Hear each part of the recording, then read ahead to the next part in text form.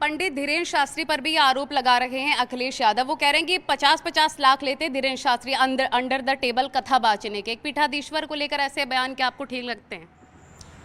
50-50 लाख, बाप रे बाप, बहुत बड़ी बात है। लेकिन हमारी जानकारी में तो ऐसी कोई बात नहीं है। कितना रुपया कौन लेता है, लेता भी है कि नहीं लेता है, तो हम तो इस बारे में कुछ नहीं कह सकते हैं। अखिलेश यादव जी की जो जानकारी है। अब बाबा बागेश्वर विदेशों में जाकर 60,000 की जैकेट पहनते हैं, चश्मा लगाते हैं, काफ़ी हाईटेक लाइफ वो जी रहे हैं, विदेशी यात्रा भी खूब कर रहे हैं। इसे आप कैसे देखते हैं? देखिए, असल में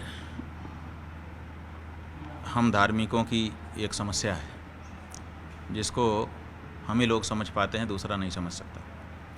और वो समस्या ये है कि लोग दूर से हमको देखते हैं।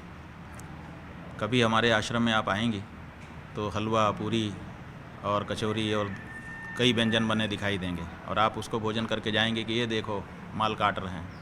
लेकिन किसी दिन हम लोग भूखे भी रहते हैं, किसी दिन सत्तू पी करके ही रह जाते हैं, उसको कोई नहीं देखता है, ना उसकी चर्चा करता है।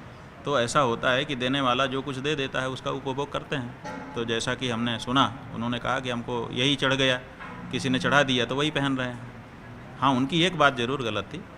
उन्होंने ये कहा कि मैं आगे और ज़्यादा कीमत का पहनूंगा, तो ये उनको नहीं कहना चाहिए, क्योंकि आप कहाँ से कीमत का पहनेंगे? आपके पास तो कुछ होना नहीं चाहिए। जो चढ़ गया है उसको आप पहन रहे हैं, उसमें हमें खराबी नहीं है। फेंक थोड़े देंगे उठा करके। किसी ने अगर श्रद्धा से दिया है, प्यार से दिया है, तो उसके भावना की रक्षा तो आपको उसका धारण करके करनी ही पड़ेगी। लेकिन जब आप ये गर्वोक्ति बोलते हैं कि मैं इससे भी ज़्यादा महंगा पहन करके दिखा दूंगा, तो ये अनुचित है। अब सावन का महीना भी शुरू होने वाला है, ऐसे में कांवड़ रूट पर भी काफ़ी विवाद शुरू हो जाएगा। नाम को लेकर, ढाबा संचालकों को लेकर एक बार फिर से राजनीति भी हो गई। इसे आप कैसे देखते हैं? नहीं, हम इसको, ये तो राजनीति का और प्रशासन का विषय है, इसमें हमारा कुछ नहीं कहना है। क्या ऐसा करना चाहिए? लेकिन हम धार्मिक बात कह सकते हैं, और धार्मिक बात यह है कि हमारे यहाँ बना हुआ जो भोजन है, पका हुआ भोजन, प्रिपेयर्ड मील, वो खरीद करके नहीं खाई जाती है। हमारे यहाँ कच्चा अनाज खरीदा जाता है और फिर उसको स्वयं से या अपने आत्मीय व्यक्ति से पका करके तब खाया जाता है। तो जो लोग किसी व्रत में दीक्षित होंगे वो इस नियम को जानते हैं। वो पवित्र भोजन करने के लिए अपना स्वयं का बनाया, स्वयं पाकी, अथवा अपने आत्मीय जन का द्वारा बनाया गया भोजन ही स्वीकार करते हैं। तो खरीद के खाते ही नहीं है, इसलिए उनको धार्मिक समस्या आ ही नहीं सकती है।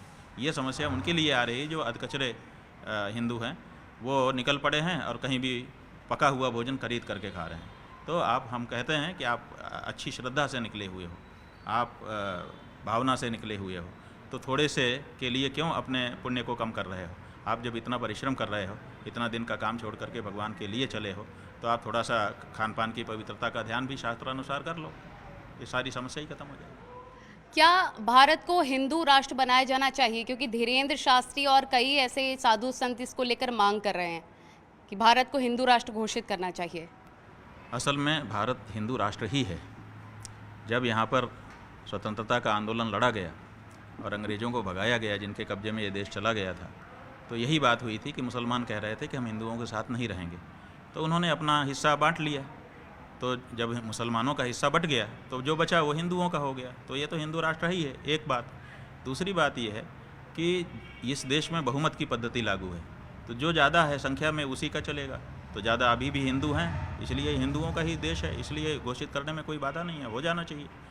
नहीं किया है वो गलत है, कर देने में कोई विशेषता नहीं है ही।